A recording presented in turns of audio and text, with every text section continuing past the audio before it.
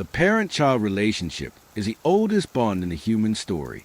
It exists before language, before memory. Before the child has any way to understand what it means to be cared for, the care is already there.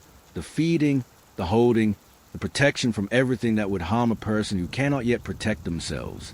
We build our earliest understanding of what trust looks and feels like from this relationship. We learn, inside it, whether the world is safe or dangerous, whether people can be relied on or must be guarded against, whether love is something that comes without conditions or something you earn by performing correctly. The parent is the entire world before the world is available to observe directly, which is why the cases in today's episode are the hardest kind of case to fully process. Not because of the violence itself, though the violence in each of these 4 stories is real and serious and deserves to be treated as such, because of the architecture that preceded the violence, because of the relationship that had to exist, and then to break, and then to reach some specific and often long-arriving point of rupture before the crime at the center of each story became possible.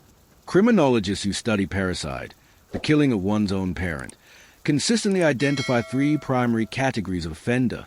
The first is a severely abused child, usually an adolescent, who has endured years of physical, psychological, or sexual violence at home, and who eventually reaches a point where continuing to survive inside the family means removing the source of the threat. The second is a severely mentally ill adult, often experiencing psychosis or delusional break, who kills a parent in a state that bears no resemblance to the deliberate, considered violence of everyday homicide. And the third is a person who has come to view the parent as an obstacle to freedom, to money, to a relationship, to a version of life they believe they cannot access while the parent remains in it. Today's 4 stories span all 3 of those categories. They span 3 countries. They span 7 decades. They involve children who were 8 years old and children who were 21. They involve shotguns and a hired killer, and a knife handed through a bathroom door.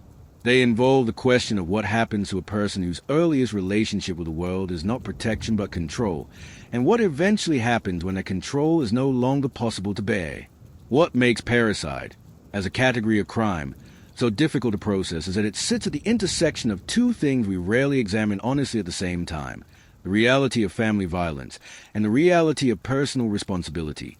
When we talk about a person who kills a stranger, we don't typically feel obligated to understand everything about that stranger's life before we reach a moral position. But when the victim is a parent, the relationship that existed between the victim and the perpetrator for the entirety of the perpetrator's life becomes relevant in a way that no court process can fully accommodate. It doesn't excuse a crime. Nothing excuses a crime. But it changes the picture, and changing the picture is necessary if we want to understand it. I want to be specific about something before we go into these 4 cases. Parricide is rare. According to FBI data, it accounts for roughly 2% of all homicides in the United States. The overwhelming majority of parents are not killed by their children. The overwhelming majority of children who are abused do not kill their abusers. The cases we are covering today are exceptional by definition, and they are exceptional precisely because of the particular combination of circumstances, psychology, and access that produce them. None of them are inevitable. None of them are templates. They are 4 specific human situations that each arrive at the same catastrophic endpoint by a different route. Before we get into the stories, I want to say something about how we cover this topic.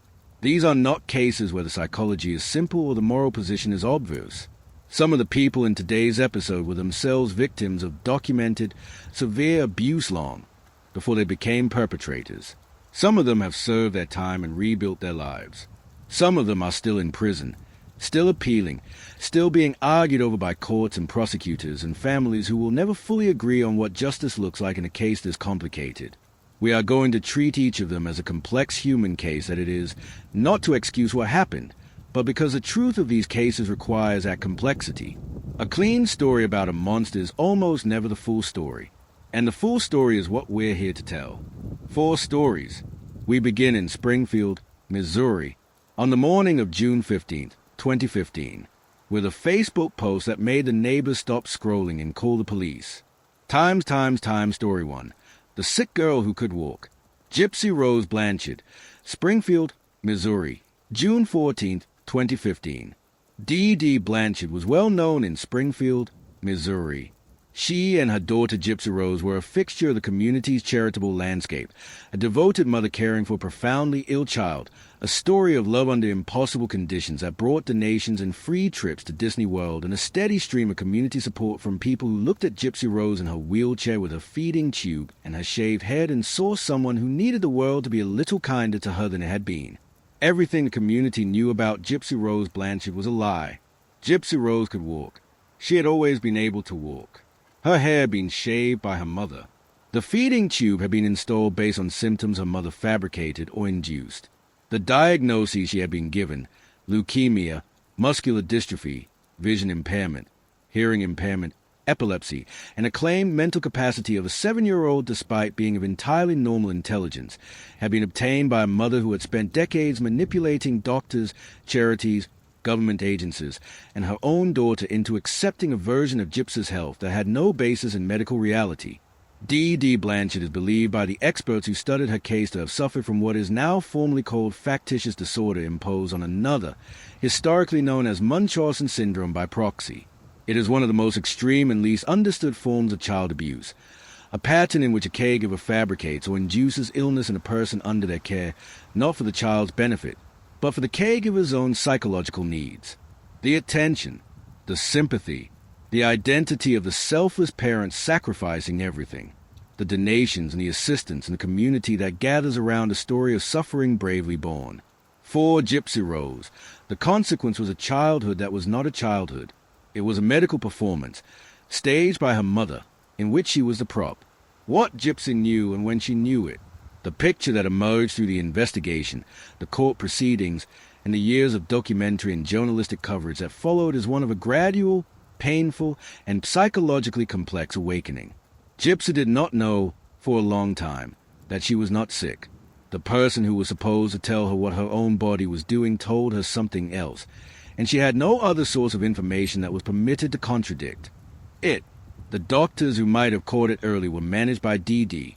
She moved frequently, changed physicians when questions became uncomfortable, and cultivated a presentation of such convincing devotion that most medical professionals defaulted to accepting her account rather than challenging it.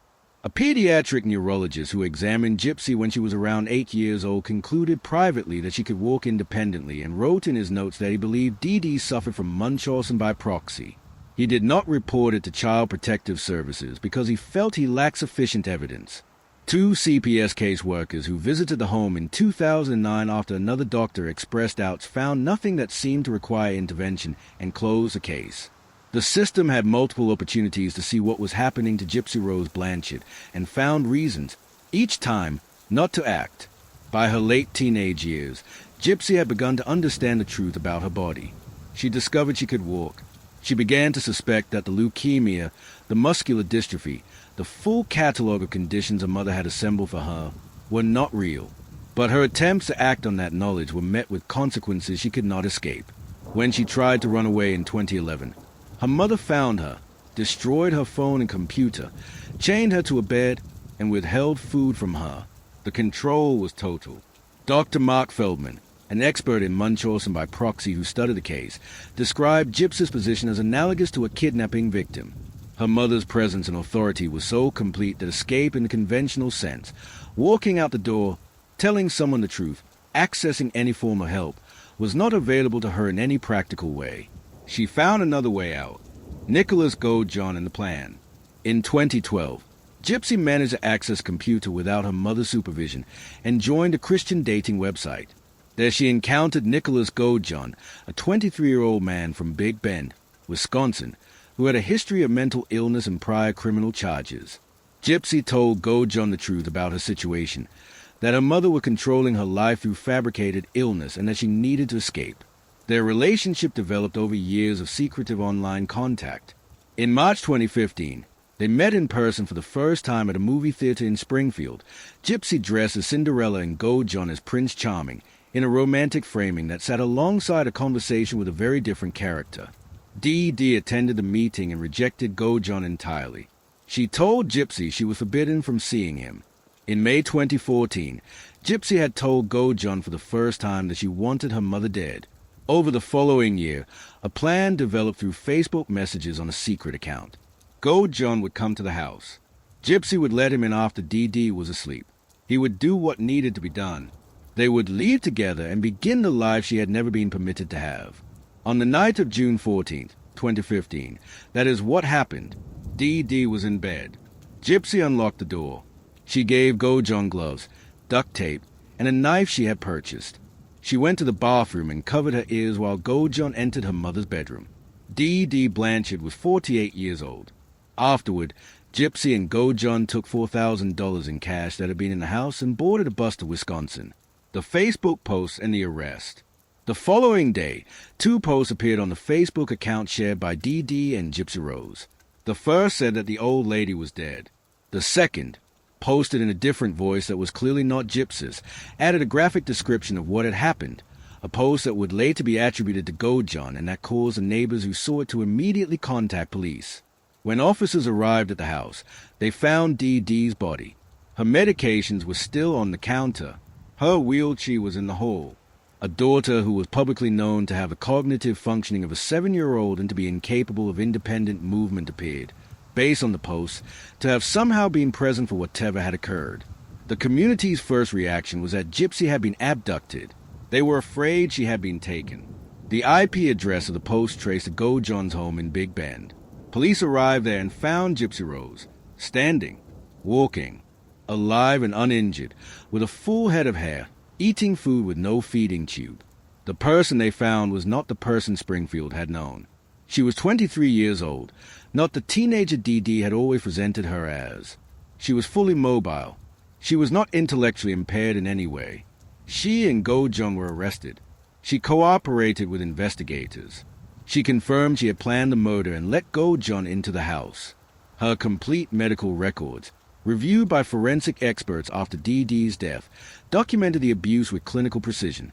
Every surgery, every medication, every diagnosis, reviewed by physicians who had no prior connection to the case, pointed to fabrication and medical manipulation on a scale and duration that expert Mark Feldman described as unprecedented in his 24 years of researching the condition. He had never before encountered a case in which the abused child ultimately killed a parent who had imposed a condition on them. The sentences and what followed. In 2016, Gypsy Rose Blanchard pleaded guilty to second-degree murder. The prosecutors acknowledged the documented abuse as context, and a plea arrangement was reached that sentenced her to 10 years in prison. She made clear in interviews from prison that her motivation was not hatred of her mother, but the desperate need to escape a captivity that had no other exit. She said she felt freer inside prison than she had living at home. Go-John went to trial in 2018.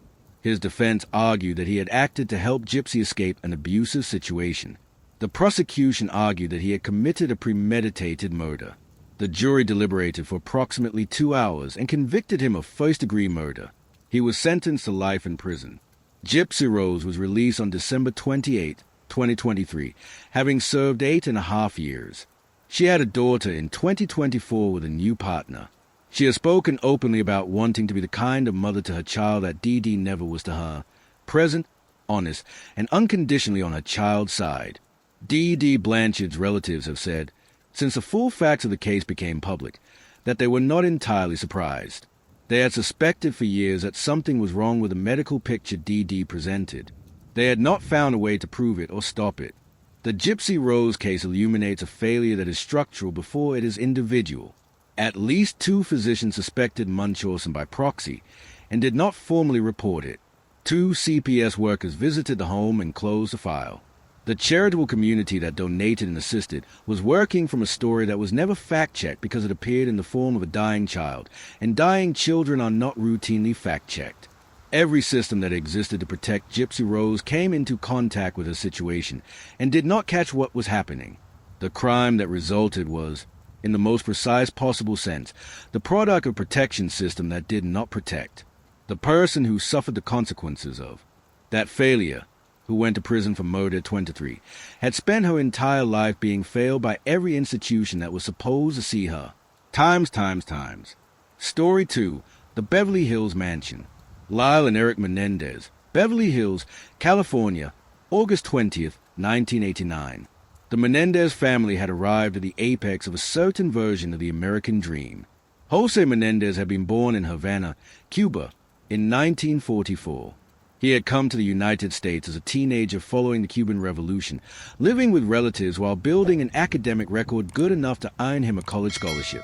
He had married Mary Louise Anderson, known as Kitty, and built a career in the entertainment business that eventually placed him at the executive level of RCA Records and later Live Entertainment, a home video distribution company. By 1988, the family had moved into a 7-bedroom mansion in Beverly Hills. Jose drove a Porsche. The boys attended prestigious schools. From the outside, it looked like what ambition and talent and hard work produced when everything went right. Lyle Menendez was 21 years old on the night of August 20th, 1989. Eric was 18. Their parents were sitting in the family room of the Beverly Hills house watching television. The brothers had purchased 2 12-gauge shotguns earlier that day. They loaded them in another room, walked in, and began shooting. Jose was shot 5 times, including, according to the autopsy, to the back of the head and the kneecap. Kitty was shot multiple times and died trying to crawl toward the room's exit. She was struck by a final shot at close range. The crime scene, when police arrived, was of a violence so extreme that investigators initially theorized organized crime involvement, a hit, perhaps, connected to Jose's business dealings or any number of the enemies of a man who had risen as far and as fast as he might have made. Lyle called 911 after the shooting and said that someone had killed his parents. It was not someone. It was them. The 6 months after and the therapist's girlfriend. In the weeks and months after the killings, the brothers' behavior drew scrutiny. They spent money, Rolex watches, restaurant tabs, real estate investments, a Porsche of Lyle's own. They hired a computer expert to delete their father's recently updated will from his hard drive. They behaved, in the view of investigators who were watching them closely, in ways that were inconsistent with grief and more consistent with liberation. But there was no direct evidence. The shotguns had been disposed of. There were no witnesses.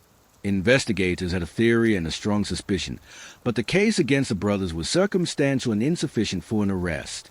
What change came from the most unexpected direction? Eric Menendez had been seeing a psychologist named Jerome Oziel. The sessions were, in the months after the killings, sessions in which Eric and then Lyle disclosed what they had done. Dr. Oziel made recordings of those sessions.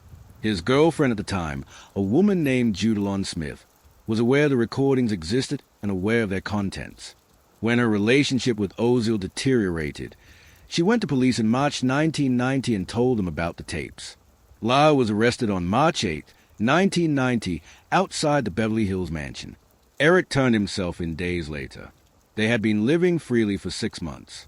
They had traveled. They had competed in tennis tournaments.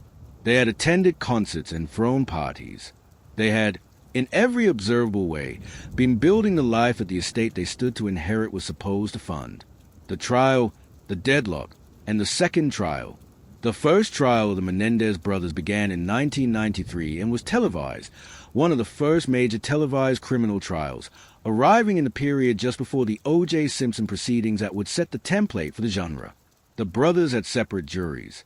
Their defense, argued simultaneously in both courtrooms, rested on a claim of self-defense grounded in allegations of abuse.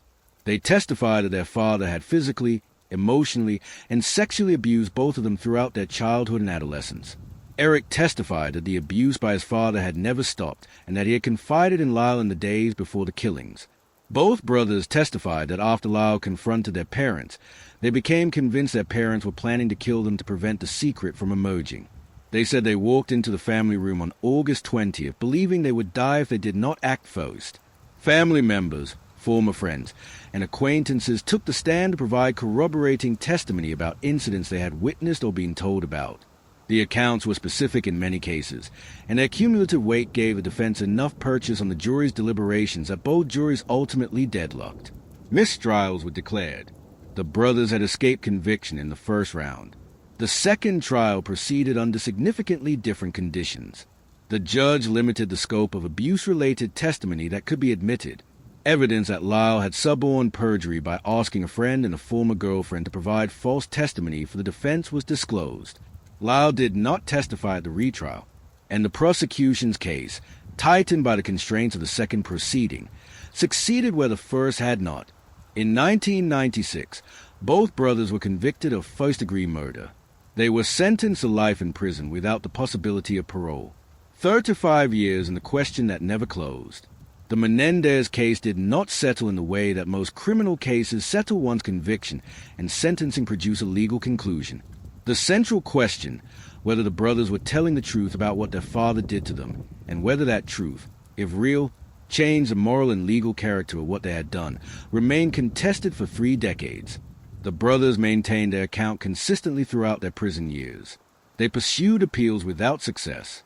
They built lives inside the institutions where they were held, while undertaking educational and environmental projects, Eric providing hospice care to dying inmates, both of them maintaining, in the accounts of the family members who visited and advocated for them, what their supporters described as genuine growth and accountability. In 2023, new evidence entered the proceedings. A letter surfaced, written in 1988, in which a young man named Roy Rossello, a former member of the Latin pop group Menudo who had been in the same social orbit as Eric, wrote to a cousin alleging that Jose Menendez had abused him. The defense presented this letter as corroboration of the brothers' account that their father was capable of the abuse they had described. The letter's authenticity was debated. The district attorney's office that ultimately came to support resentencing accepted its relevance. There was also testimony from one of Eric's former coaches, who described conversations in which Eric had disclosed abuse during the period when it was allegedly occurring, years before the killings, before any motive to fabricate a defense existed. The critical context for understanding what happened in 2024 is that the Menendez brothers' case reached a new generation through Netflix at exactly the moment when public understanding of childhood sexual abuse, and specifically the documented ways in which male victims have historically been disbelieved, had shifted substantially from where it stood. In the 1990s, Kitty Menendez's own sister, Joan Anderson Vandermolen, told reporters in the period leading up to the resentencing that in 1989, the world was not ready to believe that boys could be raped. She said that this changed understanding, not new evidence alone, but the changed context in which existing evidence could be heard, was a reason she believed her nephews deserved a chance at freedom. She called them people who had been failed by the very people who should have protected them. In the fall of 2024, a Netflix documentary and the dramatized series Monsters, the Lyle and Eric Menendez story brought a new wave of public attention to the case. The reach of that attention, into household and among demographics that had been children when the first trial laid, generated a level of public pressure on the Los Angeles District Attorney's Office that the then DA George Gaskin explicitly acknowledged when he announced in October 2024 that he was recommending resentencing. He described the brothers as having been subjected to genuine dysfunction and abuse, and said he believed they had paid their debt to society. Gaskin's successor, Nathan Hochman, opposed the recommendation, calling the self-defense narrative fabricated and characterizing the brothers as having shown a consistent lack of genuine accountability. His attempts to withdraw the resentencing motion were unsuccessful. In May 2025, Los Angeles Superior Court Judge Michael Jessic sentenced the brothers to 50 years to life, a sentence that, because they had committed the crime before the age of 26, made them immediately eligible for parole under California's Youthful Offender Statute. The parole hearings. The hearings took place on August 21st and 22nd, 2025. Family members spoke. 24 relatives who had traveled to advocate for the brothers' release addressed the board. Kitty Menendez's sister, Joan Anderson Vandermolen, who had become one of the brothers' most consistent public advocates, had told reporters in the period leading up to the hearings that the world was not ready to believe boys could be raped when the crimes occurred in 1989, and that time and a better understanding of the dynamics of sexual abuse had changed the context in which the brothers' account should be evaluated. The board denied parole for both brothers. Commissioner Robert Barton, addressing Eric's case, cited recent prison rule violations and described ongoing concerns about what he characterized as a willingness to commit crimes when it served his interests. He noted the tragedy of the case, saying that 4 people, not 2, had been lost in the Menendez family, while maintaining that the evidence before the board did not support release. Lyle's hearing, held separately, reached the same conclusion. Both denials were for 3 years, meaning the brothers could petition to appear before the board again after that period. Both brothers, addressing the court via video link from the San Diego prison where they are being held, expressed accountability for their actions. Eric told the court that his crime had not been merely criminal but wrong and immoral and cruel and vicious, and that he was deeply ashamed of who he had been. Lyle described the violence as unjustifiable. They remain in custody. The case that began on the evening of August 20th, 1989, in a Beverly Hills mansion is not over. It is in the hands of a parole board and, eventually, a governor, and ultimately in the hands of society that has been arguing about what it means for 35 years and has not yet reached an answer everyone accepts. The moral complexity at the center of the Menendez case is not resolved by the legal history. It is amplified by it. If the abuse they described was real, and the evidence that emerged over 3 decades of legal proceedings has, in the view of many who have reviewed it carefully, steadily accumulated in the direction of credibility rather than away from it, then what happened in that family room in Beverly Hills was not a simple murder motivated by greed. It was a violent act carried out by 2 people who had been, for years, subjected to violence themselves by the people they were supposed to be safest with. The law does not fully accommodate that complexity. The law has categories: murder in the first degree, self-defense, diminished capacity. What the Menendez case keeps forcing back into view is that the categories sometimes don't fit the reality, and that the gap between the category and the reality is where these 2 men have lived for 35 years. Times. Story 3. The Perfect Daughter. Jennifer Pan, Markham, Ontario, Canada, November 8, 2010. Jennifer Pan's parents had come from Vietnam to Canada with nothing and built a life that was, by every measurable standard, a success. Han and Bitch Ha Pan had emigrated and settled in Markham, Ontario, a suburb northeast of Toronto with a large East Asian community and schools where academic achievement was not merely encouraged but treated as a baseline expectation.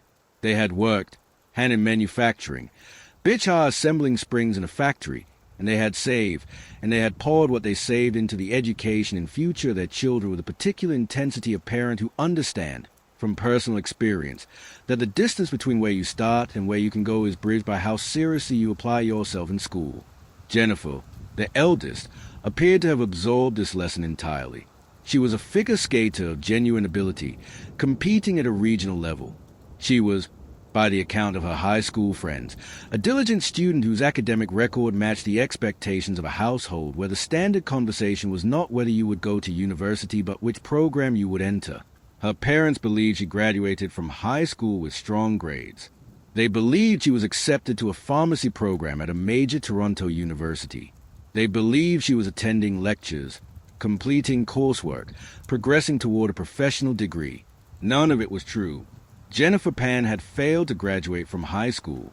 She had fabricated a graduation in every year of university that followed, inventing courses, inventing grades, inventing a student card, leaving the house in the morning at the time a student would leave and returning in the evening at the time a student would return. She kept the fabrication running for years. She was not attending university. She was not building the future her parents believed she was building. She was spending her days in ways she had chosen for herself, including, centrally, maintaining a relationship with a man named Daniel Wong, a relationship her parents had formally forbidden when they discovered it and that she had continued in secret. The discovery and what followed. At some point before November 2010, Han Pan discovered the truth. The exact sequence is documented in court testimony. He found evidence that Jennifer had not been enrolled at any university, that the transcripts and documentation she had provided were fabricated, that the years of apparent academic progress were an elaborate performance. He confronted her. The consequence of the confrontation, in Jennifer's account of events, was that her parents threatened to force her to leave the family home and sever the relationship with Daniel Wong entirely. Jennifer was 24 years old and had been living a double life for years. The discovery threatened to collapse both of those lives simultaneously. The false academic identity she had maintained for her parents and the secret relationship she had maintained with Wong. She was, in the assessment of the investigators who would later examine her actions, a person who had spent so long managing competing versions of reality that the idea of dismantling either of them through honesty was less conceivable than finding another way to preserve what she had. The way she found was murder. Through Daniel Wong, Jennifer was connected to Len Ford Crawford, and through Crawford to a network that eventually produced 2 men, one of whom was David Milviganum, who were contracted to enter the Pan house on the night of November 8, 2010, and kill her parents. The fee was $10,000, to be paid from Jennifer's expected inheritance. This was not, investigators would later learn, the first time Jennifer had approached someone about having her parents killed. 10 months earlier, She had asked another acquaintance. He had declined, returned the money she had given him, and said nothing to anyone. On the night of November 8th, Jennifer unlocked the front door of the family home after her parents were asleep. She had been in telephone contact with Milviginum to time the entry. She went to her bedroom. 3 armed men entered the house. They took Han and Bitch to the basement. Both were shot in the head and shoulders. Bitch died from her injuries. Han survived with catastrophic injuries, including permanent blindness. Jennifer was found tied to an upstairs banister with a shoelace. She was unharmed. The 911 call in the investigation. Jennifer called 911. Her voice was frantic. She described a home invasion, men who had broken in and demanded money and shot her parents before leaving. It was a plausible account, internally consistent, delivered by a young woman who was visibly distressed and who appeared to be an innocent survivor of a home invasion robbery. The investigators who began working the case noticed the same detail that almost always anchors a fabricated survivor narrative: the inconsistencies, the things that didn't add up across multiple tellings, the physical evidence that didn't match the described sequence of events. The fact that Jennifer, despite being left tied to a railing in an apparent hostage scenario, had somehow been able to dial 911 with her hands secured behind her back. And then Han Pan woke from his coma. He told investigators what he had seen during the attack, the specific detail that became the crack through which the entire fabrication collapsed. He said he had seen Jennifer in the middle of what was supposedly a terrifying home invasion during which her parents were being shot, speaking to one of the men in a quiet, friendly, entirely calm voice. Not screaming, not begging, talking softly, as if to someone she knew. Investigators conducted 3 formal interviews with Jennifer before her arrest. In the third, Detective Bill Cortice employed a standard interrogation technique, including making false claims about the evidence available, a legal practice in Canada. Jennifer confessed. She admitted to orchestrating the attack. She said, in what became the central factual contradiction of the trial, that the plan had been to have herself killed, not her parents, so that she could be free of the life her parents controlled. The prosecution disputed this account entirely, arguing the evidence pointed only to a plan targeting her parents for the sake of the inheritance she would receive. She was arrested on November 22, 2010. She was 24 years old. The trial, the conviction, and the legal road that followed. The trial of Jennifer Pan, Daniel Wong, Len Ford Crawford, and David Milviginum concluded in July 2014 with guilty verdicts on all counts: first-degree murder in the death of Bitch Ha, Pan and attempted murder of Han Pan. All 4 were sentenced to life in prison with no possibility of parole for 25 years. Han Pan provided a written victim impact statement at the sentencing. He could not attend in person because of his injuries. He told the court that when he lost his wife, he lost his daughter at the same time. He said he hoped Jennifer would think about what she had done to her family and be able to become a good, honest person someday. The restraint of that statement, addressed to a daughter who had paid killers to murder him and had succeeded in killing his wife, was noted in every account of the sentencing. The legal proceedings did not end with the 2014 verdicts.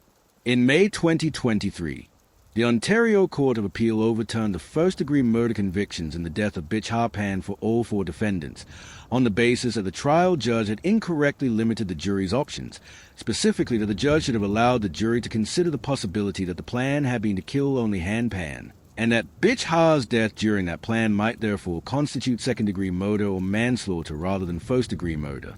The attempted murder convictions for Han shooting were upheld.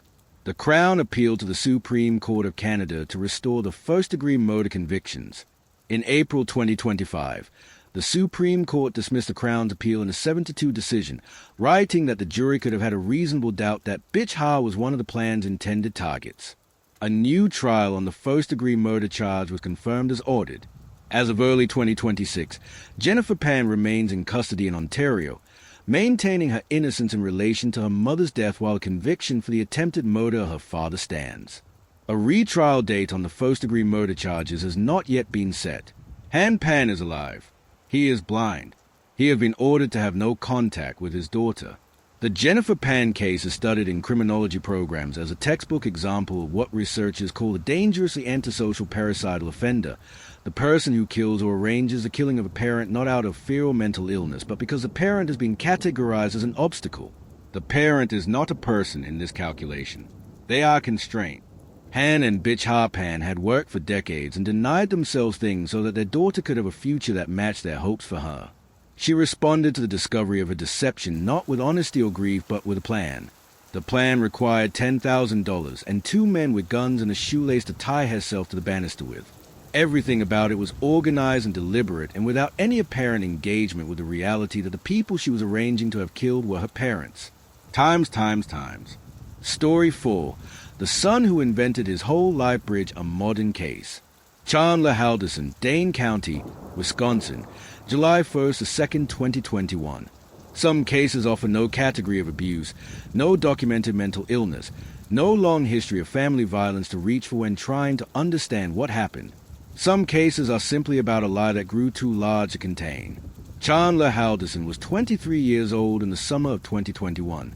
He lived with his parents, Bart and Krista Halderson, in Windsor, Wisconsin, a small community north of Madison. By all external appearances, he was building a life.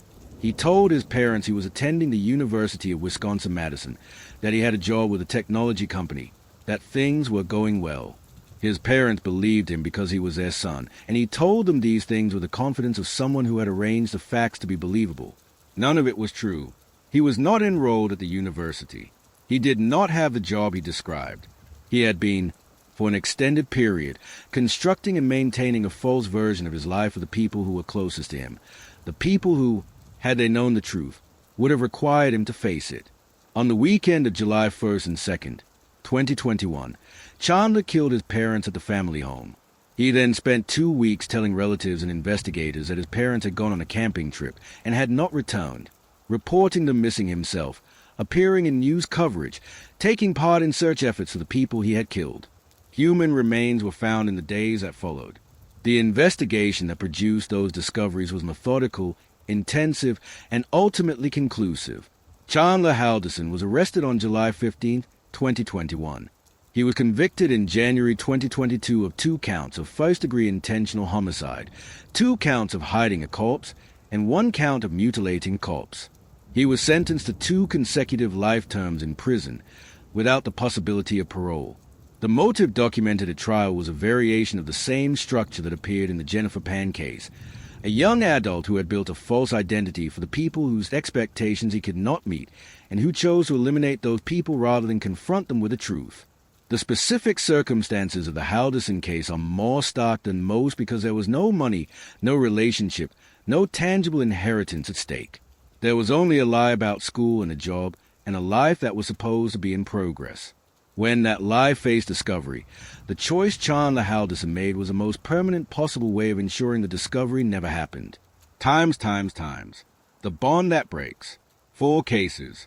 4 very different stories about why the parent-child relationship, the most foundational bond in human life, became something that ended in violence. A young woman who spent her entire childhood as a prop in her mother's performance of suffering, who could find no exit that did not require her to permanently remove the person who had built the prison. 2 brothers from a Beverly Hills mansion who spent decades insisting they had been abused and who are still, as of this recording, in a California prison arguing about whether they deserve to be free. A daughter in Ontario who built such a thorough architecture of lies around her life that when it began to collapse, she reached for a $10,000 contract instead of the truth. A son in Wisconsin who chose murder over conversation. What connects these 4 cases is not the violence. Violence is the end of the story, not the explanation for it. What connects them is what happened in the years before the violence, the dynamics that were building inside homes that looked, from the outside, like homes, the control that left no room, the expectations that left no margin, the secrets that accumulated until they became their own kind of pressure. The moments when the person who was supposed to be on your side became the central problem in your life, and when every conventional way of solving that problem was either unavailable or had already failed. 3 of the 4 stories in today's episode have active legal proceedings as of early 2026. Gypsy Rose is out. She is living a life she has described as free as she has ever been, and she had a daughter on December 28, 2024, exactly 1 year to the day after her prison release. The Menendez brothers are in a California prison waiting to see what a parole board will say at their next hearing. Jennifer Pan is in a Canadian prison waiting for a new trial date on the first-degree murder charge that the Supreme Court of Canada ordered. Retried. Chandler Halderson is serving 2 consecutive life terms in Wisconsin. None of these stories are over. The violence happened years ago, in some cases decades ago, and the legal and human consequences are still unfolding in real time. That is the nature of the crime. The bond that breaks doesn't stop breaking. It breaks forward into the lives of everyone connected to it. Surviving parents, surviving siblings, the children of the perpetrators who will one day try to understand what they were born into, the communities that built charitable houses for families they did not fully know.